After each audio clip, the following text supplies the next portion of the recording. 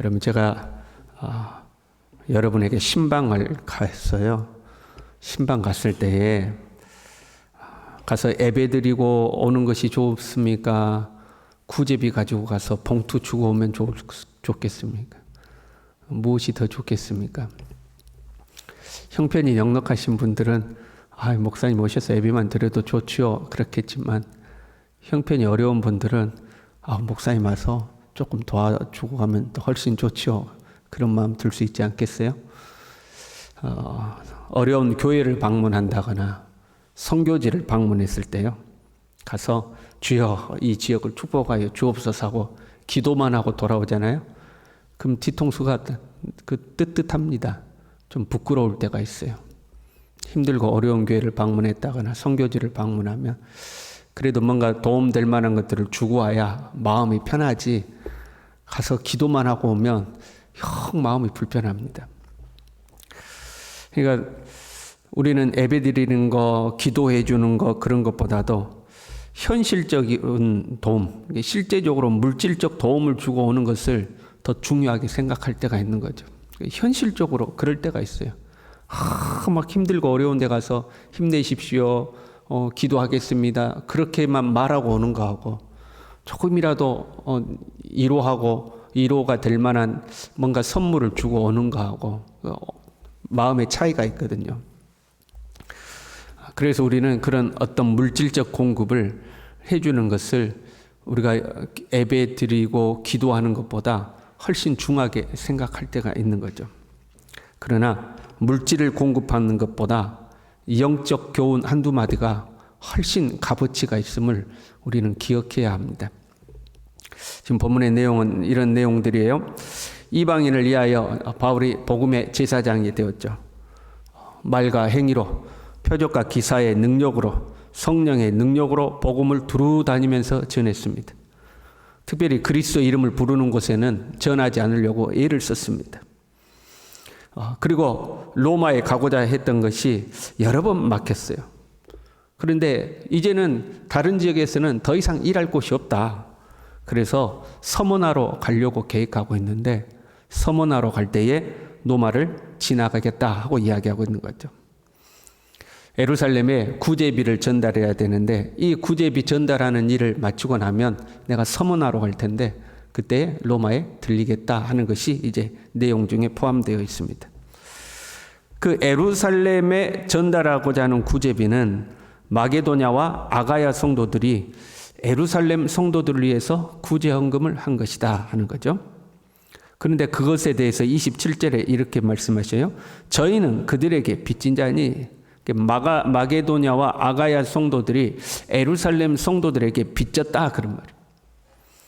복음이 예루살렘에서부터 시작하여 이방인들에게 전해졌으니 복음의 빚을 졌다 그런 표현이에요. 이방인들이 예루살렘 성도들에게 복음의 빚을 졌다. 영적인 것을 나눠 가졌으면 육적인 것으로 그들을 섬기는 것이 마땅하니라. 얼마나 고마운지 아냐? 얼마나 감사한지 아냐?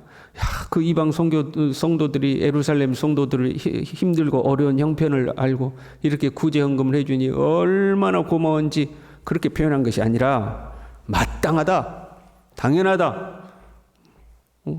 영적으로 은혜를 입었으니 물질적으로 베푸는 것은 당연한 것이다 그렇게 이야기하고 있는 거죠. 영적인 것은 복음을 의미하고 육적인 것은 물질을 의미합니다. 복음을 듣고 구원받고 또한 말씀을 배웠으면 육적인 것을 공급하는 것은 당연하다는 거예요. 고린도전서 9장 11절에요. 우리가 너희에게 신령한 것을 뿌렸은즉 너희의 육적인 것을 거두기로 과하다 하겠느냐. 하나님의 말씀을 전했으니 너희로부터 물질을 받는 것을 과하다 하겠느냐.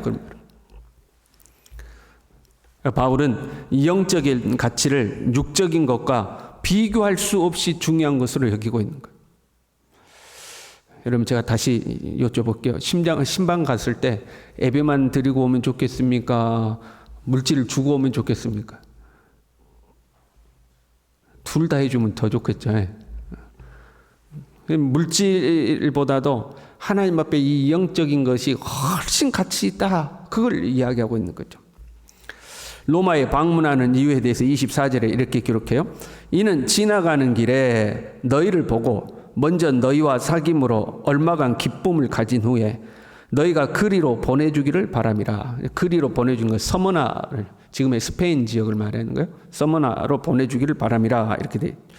너희와 사귐으로 기쁨을 가지기에 이렇게 되어 있는데, 이 기쁨이라는 단어가요, 만족시키다, 그릇에 물건을 가득 채운다, 그런 의미를 가지고 있어요. 이 단어가 성경 다른 곳에서 어떻게 쓰이는가 보면 요한복음 6장 12절에는요. 그들이 배부른 후에, 그 배부르다는 단어 말로 이제 같이 쓰이는 거예요. 사도행전 14장 17절에는요. 여러분에게 하늘로부터 비를 내리시며 결실기를 주시는 선한 일을 하사 음식과 기쁨으로 여러분의 마음에 만족하게 하셨느니라. 이 만족이라는 단어가 똑같은 단어예요. 그러니까 너희와 얼마간 기쁨을 가진다라는 이 기쁨이 영적인 만족과 기쁨이 아닌 상당히 물질적이고 육적인 만족을 의미하는 뉘앙스예요. 너희들과 사귐이 있어서 내가 어떤 영적 기쁨을 가지겠다 이런 게 아니고 물질적인 공급을 받아서 기쁨을 누리겠다 이제 이런 의미예요. 그래서 32절에는 기도를 부탁하면서 이렇게 표현했죠. 기쁨으로 너희에게 나아가 너희와 함께 편히 쉬게 하라. 여기서는 편히 쉬게 하라. 너희와 사귐이 있어 기쁨을 가지겠다. 근데 다른 표현으로 편히 너희 중에 편히 쉬게 하라. 이렇게 표현하고 있는 거죠. 그 다음에요. 너희가 그리로 보내주기를 바람이라. 그냥 송별 인사를 말하는 것이 아니라 파송하는 것을 의미해요. 그래서 파송은 영적인 후원뿐만 아니라 물질적 후원을 포함하고 있죠. 지금도 그렇잖아요. 우리가 파송 선교사다 그러면 우리 교회는 파송 선교사가 없잖아요. 협력 선교사들만 있죠. 파송 선교사라 하면 그 선교사의 생활비를 우리가 책임지겠다는 거예요. 그리고 그 지역에 사는 사역비도 우리가 책임을 지겠다는 의미거든요. 그래서 우리 교회에서 이제 파송하죠. 우리 교회에서 파송했다 그러면 우리 교회 부교육자가 한 명 더 있다 이렇게 생각하시면 돼요. 생활할 수 있는 생활비와 사역하는 사역비를 주겠다고 서약을 해야 파송 선교사를 보낼 수가 있어요. 그러니까 당대에는 더더군다나 그랬죠.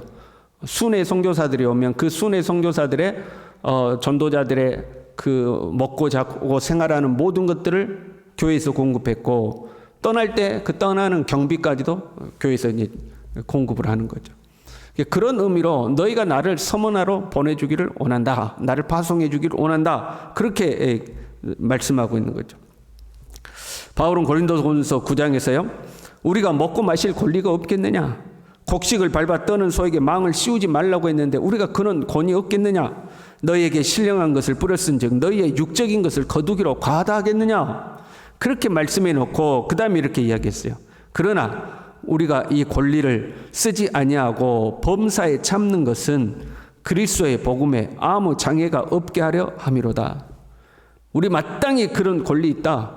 영적인 것을 뿌렸으니 육적인 것을 거두는 것을 과하다겠느냐. 그건 당연한 우리의 권리다. 그러나 믿음 약한 사람들이 시험 들지 않도록 혹시라도 복음이 전파되는 것에 걸림돌이 될까 싶어서 우리가 이 권리를 사용하지 않는다. 이 권리를 포기한다. 그렇게 말씀했거든요. 아마 바울이 생각하기에 로마 교회에는 성숙한 성도들이라고 생각한 것 같아요. 그 고린도 교인들에게는 내가 이 권리를 포기한다라고 이야기했는데 지금 로마 교회에는 요구하고 있는 모양이에요. 내가 너에게 갔을 때 기쁨도 누리고 편히 쉬고 나 갈 때 파송도 해주라. 이런 내용이거든요. 대신 29절에 이렇게 말씀해요. 내가 너희에게 나아갈 때에 그리스도의 충만한 복을 가지고 갈 줄을 아노라. 나 빈손으로 안 가고 그리스도의 충만한 복을 가지고 간다. 여기서 복은 복음과 말씀을 의미하죠. 하나님의 역사를 의미하고 있는 거예요. 그러니까 내 영적인 복을 너희에게 가지고 간다 하는 거죠. 하나님의 말씀과 은혜를 가지고 너희에게 내가 갈 테니까 내가 너희에게 가면 너희가 나를 편히 쉬게 해주고 배부르고 만족하게 해주고 서머나로 파송해서 필요한 경비도 대주라. 지금 그 이야기를 하고 있는 거죠. 아가야 성도들이 예루살렘에 구제비 보낸 거 봐라. 영적인 은혜를 입었으니 그 물질적 도움 주는 것은 마땅한 것이다. 그러면서 나도 너희에게 갔을 때에 내게 나로 하여금 편히 쉬게 해주고 서머나로 가는 경비도 너희들이 대주라 하는 말씀을 전하고 있는 거죠. 여러분 생각해봐요. 제가 여러분 가정에 신방 갔어요. 그리고 예배 드렸어요. 우리 교회는 공식적으로 그 신방 가서 예배 자리에 헌금을 제가 받지 않습니다. 헌금하실 분 있으면 주일날 교회에 와서 본인이 직접 헌금을 하라고 하죠. 근데 제가 여러분 신방 가서 예배 드리고 나서 아니 내가 와서 신방하고 기도도 해주고 예배도 드렸는데 밥도 사고 성교비도 내놔라. 그럼 여러분 어떻겠어요? 아멘 하고 하실 분. 전남옥 권사님은 하실 것 같이 아멘. 그런데 여러분이 마음에 감동이 돼서 자발적으로 아유 목사님 식사 대접할게 하는 거하고 권사님 오늘 제가 권사님 댁 신방 갑니다. 점심 저 어디 한정식집 좋은 데서 저 해가지고 좀 나 좀 기쁘게 해주고 그다음에 나 요즘 그 어디 좀 돈 좀 필요하니까 경비 좀 권사님 좀 책임지십시오. 전화했어요. 시험 들 거예요, 안 들 거예요? 아마 상당히 시험 드는 성도들 많을 겁니다. 목사님 신방 온다고 전화하면 절대 전화 안 받아. 아이고 저 전화 받으면 큰일 난다고. 여러분 그러지 않겠어요?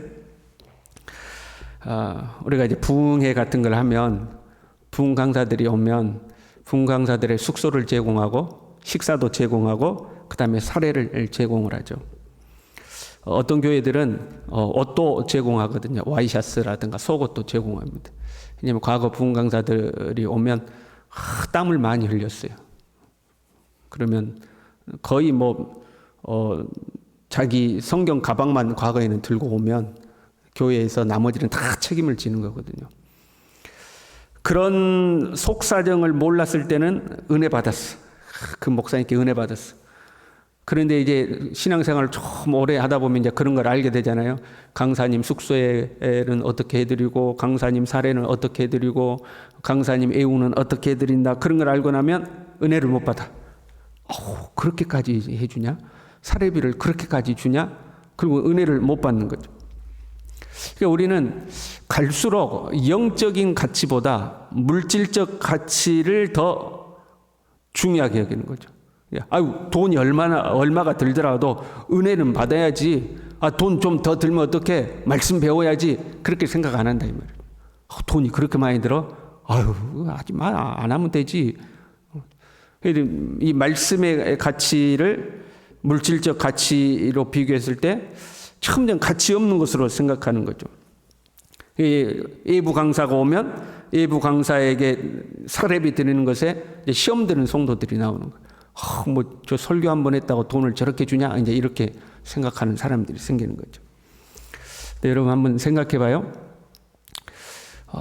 요즘은 이제 그 일반 세상 사람들도 강연회 하는 것들이 상당히 활성화되어 있죠. 그래가지고 부부 세미나도 하고 그런 강연들이 많잖아요. 보통 그런 유명한 분들이 오셔가지고 강연을 하면 티켓 가격이 한 사람 앞에 10만 원 내입니다. 어떤 강연에 가면 한 사람 앞에 10만 원 내예요. 근데 사람들이 그 티켓을 구매해서 그걸 들으러 가죠. 이번에 문제가 됐던 가수 중에 트로트 가수 중에 김호중 씨가 지금 문제가 돼 있잖아요. 근데 그 콘서트 티켓 가격이 R석이 21만 원, VIP석이 23만 원이래요. 근데 사람들이 그 티켓을 구입해가지고 콘서트 가는 거예요. 그 나이 드신 분들이 많이 간다네요. 그런 트로트 행사에는. 그러니까 국가에서 연금, 노령연금이라든가 그런 거 나오면 그거 받아가지고 가수들 티켓 사가지고 이제 공연장 간대요. 그렇게 한대요. 자, 우리가 목사님 모셔가지고 하나님 말씀을 들어요. 만약에 이 세상 사람들처럼 티켓을 끊으라고 한다면 한 사람 앞에 얼마 티켓 끊어야 될까요? 그런 거 생각 안 해보셨죠? 또 돈 이야기 나오니까 조용하시네. 한 사람 앞에 얼마 할까요? 그렇죠. 이제 그렇게 생각해 보여요. 물론 그렇게 비교하는 것은 맞지 않죠. 세상의 어떤 공연하고 그런 티켓값하고 하나님 말씀. 그런데 미국 같은 데 가면요, 부흥회에 티켓을 끊어야 가는 부흥회가 있어요. 거기 문화는 그래요. 그냥 부흥회 못 가요. 어떤 유명 강사가 부흥회 하면 티켓을 끊어야 거기 갈 수가 있어. 티켓 끊는 것이 헌금, 그 안에 헌금을 또 한다던가? 아무튼 티켓 끊고 가는 거거든요. 그러니까 만약에 교인이 1000명이야. 1000명 되는 교회에서 부흥 강사 가서 2박 3일 부흥회를 했어요. 그러면 한 사람 앞에 티켓으로 끊는다면 얼마를 끊어야 되겠어요? 2박 3일 부흥회 했으면? 2박 3일 10,000원 하면 어때? 한 사람 앞에 10,000원 괜찮습니까? 괜찮아요? 안 괜찮아요? 아니, 세상 사람은 1시간 강연해도 10만 원인데 2박 3일 해가지고 10,000원이면 괜찮지 않아요? 돈 이야기 나오면 아무튼 말을 안 해. 만약에 우리가 그렇게 계산한다면 그 1000명 되는 교회에 2박 3일 부흥회 하면 사례비 얼마 드려야 돼요? 한 사람 앞에 10,000원 하면. 말씀 안 하는 거 봐. 그렇게 생각해 봐도 대충 사이즈가 나오잖아요. 그런데 우리는 야, 뭐 저걸 저렇게 많이 드렸냐? 이제 이렇게 되는 거죠. 우리가 이 말씀의 가치를 가볍게 여길 때가 많다 이 말이에요. 성경에서 거저 받았으니까 거저 주라고 했는데요. 그건 맞는 말씀이에요. 근데 그것은 사역자들에게 하신 말씀이에요. 말씀을 전한 자는 거저 받았으니 거저 내가 한다는 마음으로 해야 되고, 그 말씀을 받는 자들은요, 말씀을 받는 자들에게 거저 주니까 거저 받아라, 그런 말씀은 없어요. 말씀을 받는 자는 감사할 줄 알아야 돼요. 바울은 복음과 말씀, 하나님의 역사, 이 영적 가치를 물질적인 것과는 비교할 수 없는 가치로 여기고 있어요. 그래서 떳떳하게 요구하고 있는 거예요. 내가 너에게 가면 나로 하여금 편히 쉬게 하고 나로 하여금 배부르게 하고, 내가 서머나 갈 때 경비도 너희들이 다 대주라. 그 떳떳하게 요구하고 있는 거죠. 그런데 우리는 어떤가 하는 거죠. 천국은요, 소유를 다 팔아 그 밭을 사는 사람이 천국을 소유한다고 그랬어요. 그러니까 이 영적인 것을 육적인 것보다도 훨씬 가치 있게 여기는 사람, 영적인 것을 위해서 물질을 마땅히 사용할 줄 아는 사람, 그 사람이 천국의 은혜도 누리는 거예요. 세상 사람들은 우리를 그렇게 이야기할 수 있을지 몰라요. 야, 뭐 저렇게 교회 가가지고 앉아서 설교 듣고 돈 내고 그런다냐? 아이고, 뭐 저런 것에 돈 쓰고 그런다냐? 그렇게 비하할 수 있을지 몰라요. 그러나 우리 하나님의 사람들은 천국 복음을, 하나님 베푸신 우리의 영적인 은혜를 이 세상에 그 어떤 것보다도 귀하게 여길 수 있는 그런 하나님의 사람들 될 수 있기를 바랍니다. 기도하겠습니다.